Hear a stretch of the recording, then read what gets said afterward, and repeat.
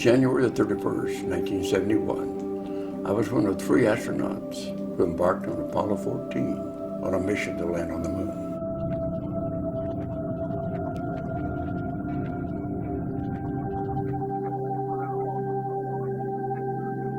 I became the 6th person of 12 in history to walk on the lunar surface. During the return to Earth, I had a chance to look at our planet in a way that very few human beings have ever seen with their own eyes. When you look at Earth from deep space, you see a beautiful oasis in a dark void.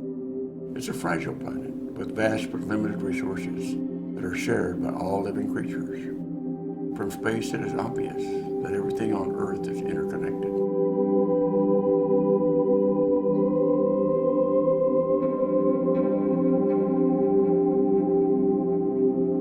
We all breathe the same air, use the same water, and all share the planet's resources. There's no country borders carved on the Earth's surface. Each aspect of the web of life on Earth is connected to all others. Upon my return from the moon, I've become very concerned about the future of our beautiful, fragile blue planet. We face tremendous challenges that must be overcome in order to provide a sustainable future for our children and the children of future generations. Because of my concerns, I've asked a handful of children to come here today and talk about the challenges facing the beautiful life-sustaining planet that they will inherit. At one time, millions of awesome dinosaurs roamed the earth. Their mass extinction was caused by a tremendous natural disaster. We may face mass extinction because of several disasters that we ourselves are creating. Our species, humans, has the power to threaten the future of all life here on Earth. And if we don't act soon, we will bring many other species into extinction with us. Right now, we are on the road to catastrophe. We have the knowledge and the technologies to reduce or eliminate many of the threats we are facing. But do we have the desire? Do we have the will to change? Here are some of the problems we face. Overpopulation. Overpopulation. Overpopulation. Our planet's human population increased from 1.5 billion people in 1900 to 7 billion in 2012. It is expected to continue to grow to 9 billion by 2050. This fast rate of growth is called exponential because it results in growth that happens much faster than normal multiplication. What is most dangerous about exponential growth is the way it can sneak up on you. In exponential growth, at first, the rate of expansion is extremely slow, almost unnoticeable. As time progresses, the rate of growth becomes extremely rapid. Soon, there is very little time to react to the change in time to reverse it before chaos occurs. Have you ever heard of the tale of the water lilies in the pond? These water lilies doubled themselves every day. At first, there were only a couple floating, and even while they doubled every day, there still seemed to be a lot of room in the pond. On the 28th day of the month, only a quarter of the pond was covered, plenty of room left.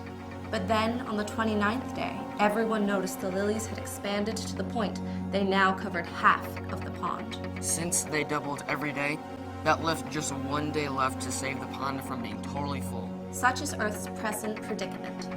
It is midnight on the 29th day in the lily pond we call Earth.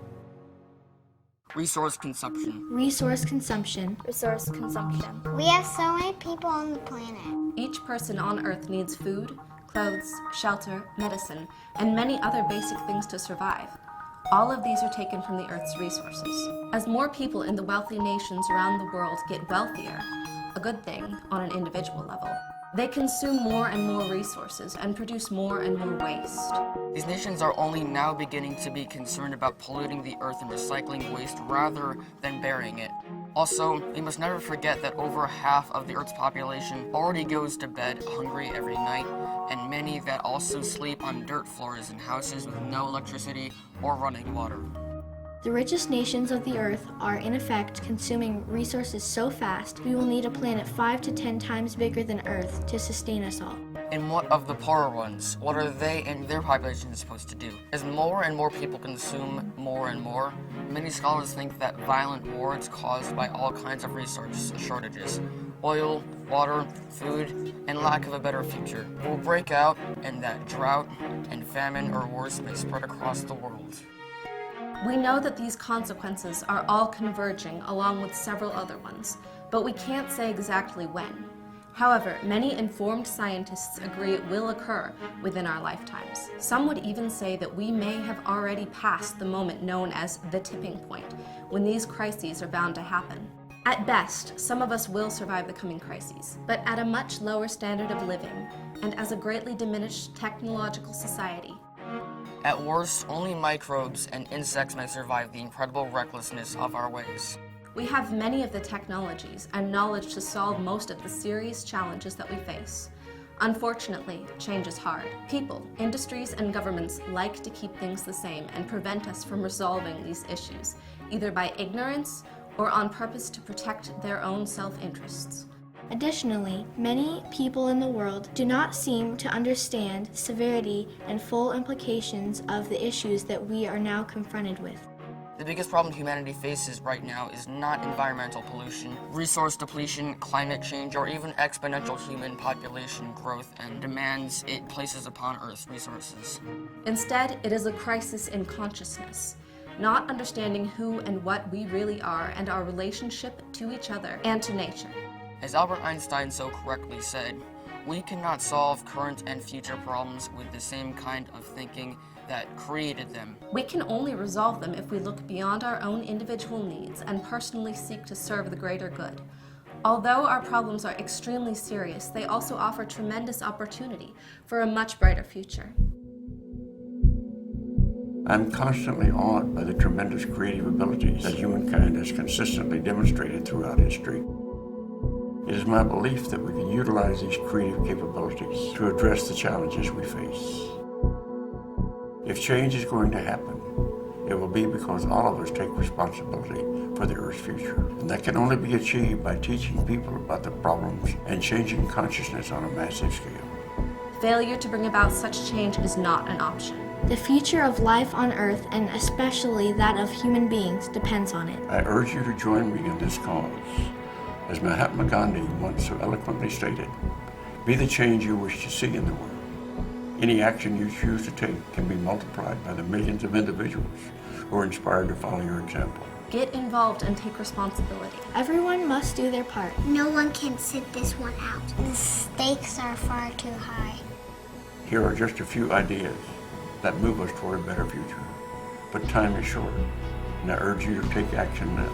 Get educated on the issues. Spread the word and teach others. Think green and switch to a greener life. Demand responsible actions for our political and corporate leaders. Write letters to editorial pages and for local TV and radio stations. Sponsor or get involved with local community meetings. Vote with your feet and with the money you plan to spend. Remember, the planet belongs to us all.